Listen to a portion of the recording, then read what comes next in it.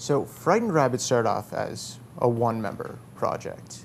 You're now up to 5. Yeah. So you've been adding a member every 2 years, give or take? One per year, almost exactly. Yeah. So I have to ask, do you have a ceiling on this, or are you just gonna see where it goes? I think it's hit the ceiling at this point. Yeah, it's fine. I never wanted to be, once you get past a certain number, which I think is maybe 6, you stop being a band and you become some sort of collective. You're a crew. Yeah, a crew. So I was gonna say 3 more years, you would outnumber Wu-Tang. Yeah. I don't know if that was a specific goal. If the only way that we'd ever add more members is if anyone from Wu-Tang wanted to join the band, I think. Defectors from Wu-Tang, Yeah. welcome. I don't know. There seems like some kind of unrest in the Wu-Tang crew. Yeah. So. Yeah. No, I think they'd really fit into our social group.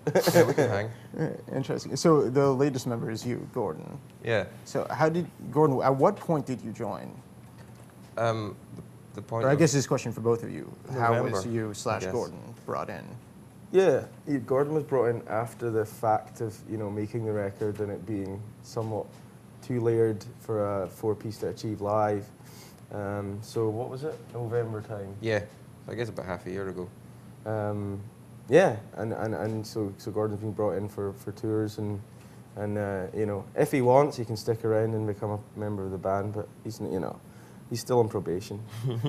So Gordon, did you play on the record? No, that was just after that when they realised they'd made it too large for 4, and I was sort of extras, miscellaneous if you like.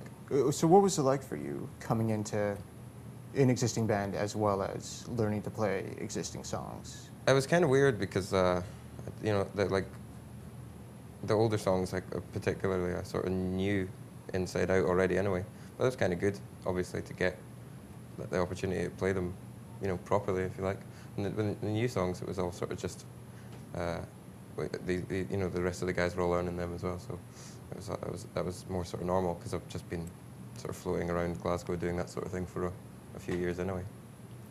So Scott, how did it come about that the new album has such a, not drastically different, but as you put it, a layered sound? Well, it was a lot of it was due to certain niggling, I hate to call them regrets about the record before that, but certainly the lack of time and space that we had to make that album is the reason why it came out like it did, which is it's quite immediate and it's much less heavily layered because we didn't have time. And this time around, I was very aware that I didn't want to repeat that mistake, if you like. And so in a sense, I think I probably went over the top, but it had to be done so that we could move forward and I could forget about the fact that I hadn't quite made the album that I really wanted to. Because I've been trying to make this album forever, and I think only now have we been given the time and space to make it, that we just went through the kitchen sink at it. Do you feel that you and the band needs to change from project to project, or has it just happened that way, whether sonically or lyrically? It is a decision. It's definitely.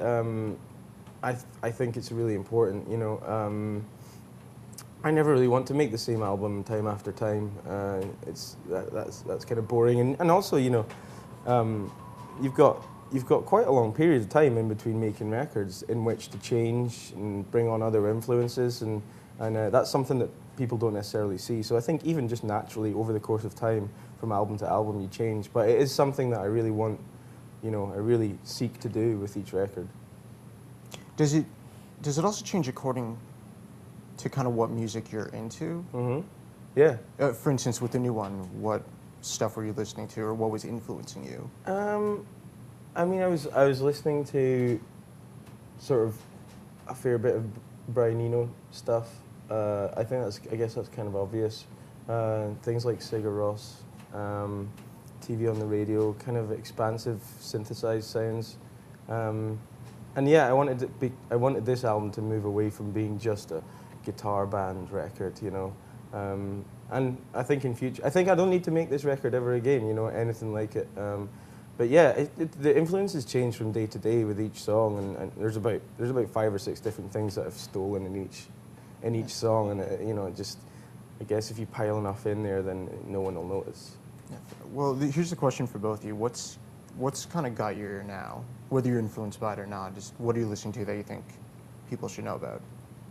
Right now, I think well, we've just been on tour with a band called Bad Veins, who I really really like what they're doing. They use like a reel-to-reel tape recorder live to get these like really nice string and horn arrangements into their set. It's a really nice way of doing it. I think I like the way they do things. Gordon? Gaga.